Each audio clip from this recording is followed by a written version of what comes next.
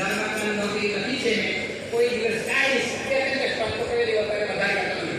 અંતરદૃષ્ટિ, બાહ્યદૃષ્ટિ, પૂર્ણદૃષ્ટિ, ચર્મદૃષ્ટિ, દેહાદૃષ્ટિ, સુગંધદૃષ્ટિ. Sugar એટલે food. Sugar એટલે ઘણા દુનિયાની અંદર વ્યક્તિઓ એવા હોય કે ભૂંડલાઈ જોઈ હંમેશા માટે નીચે જોઈ ચાલે અને જોવે હું બોલે ગંદકી જોવે. શું જોવે? અરે પાછા ગંદકી એટલે એવું જો માણસે લોટો ઢોળ્યો હોય અને બે ભૂંડા હોય તો વળી કરવા પરિશ્રમ